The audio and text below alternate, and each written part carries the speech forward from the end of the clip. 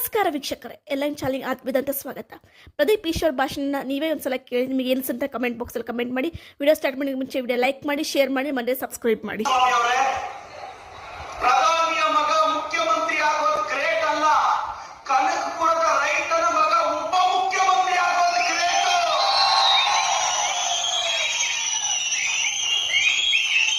OBC ಸಮುದಾಯದ ವ್ಯಕ್ತಿ ಈ ರಾಜ್ಯದ ಮುಖ್ಯಮಂತ್ರಿ ಆದ್ರೆ ಕುಮಾರಸ್ವಾಮಿ ಅವರೇ, ವಿಜೇಂದ್ರ ಅವರೇ, ನಿಮ್ ಕೈಯಲ್ಲಿ ಸಹಿಸಕ್ಕಾಗ್ತಿಲ್ಲ.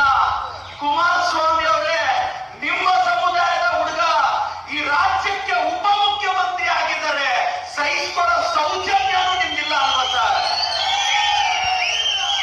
ಇವತ್ತು ಸಿದ್ದರಾಮಯ್ಯ ಸಾಹೇಬರ ಬಗ್ಗೆ, ಡಿ.ಕೆ. ಸಾಹೇಬರ ಬಗ್ಗೆ ಇಲ್ಲ ಸಲ್ಲದ ಆರೋಪಗಳನ್ನ ಮಾಡ್ತಿದ್ದಾರೆ.